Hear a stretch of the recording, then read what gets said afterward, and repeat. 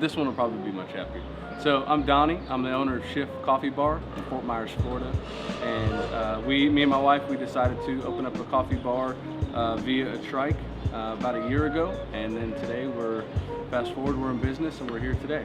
So the trike is accessibility. So we can go anywhere in the area, weddings, events, post up on the corner, hopefully, you know, and just be accessible to everyone when it comes to our coffee. The storefront is a goal that we have in mind as far as having a cafe for people to come to, relax, do creative things. But for now, for us, it was a low overhead, just decision we made. Who provides your coffee? It's a roaster called Cat and Cloud.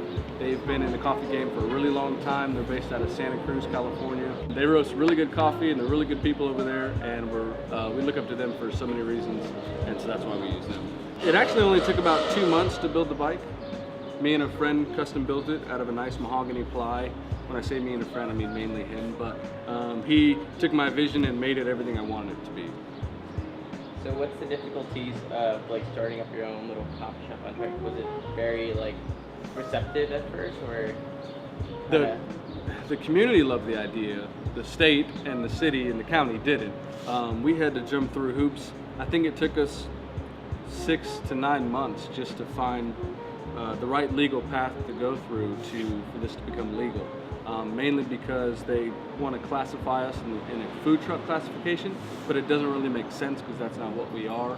And so for, I would say, 6 months, we really fought them tooth and nail to make this happen. And finally, it just came about in the last minute that they approved it in the way that we needed to. And can you explain what nitro cold brew is? Yeah, so it's a cold brew coffee, steeped for about 18 hours, room temperature.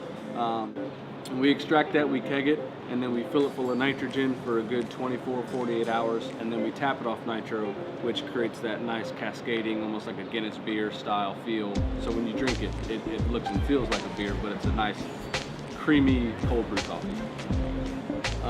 So how did you get into the coffee culture? It started years ago, and I took a trip to, I want to say, Tennessee, and I had a shot of espresso that just completely changed my life and like understanding what coffee was. And from there, I just started chasing this idea of what is coffee in and of itself.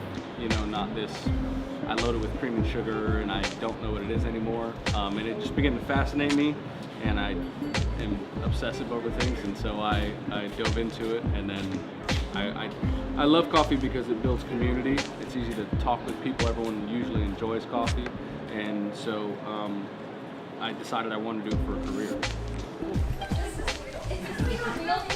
Oh my gosh, can I see it? Oh my goodness. This is, I think one of the girls actually like wanted coffee. Oh. That's so funny. Here, let me see if she like legit. Totally up to that. The easiest way to locate us is on Facebook. From there, we're always going to post about where we're going to be, events that we have around the county. We do have a pretty set schedule with Gardner as well, so Monday, Wednesday, and Friday you'll find us there in the mornings. But really, Facebook, we're always going to have our full schedule. So. Yeah, so we really like the guys in a lot of Tampa places, but Foundation Coffee, Bandit is a big supporter of us. Those guys are pretty cool, and gals. Concord in Lakeland is a great local coffee shop. Lineage in Orlando, some really highlights, Credo.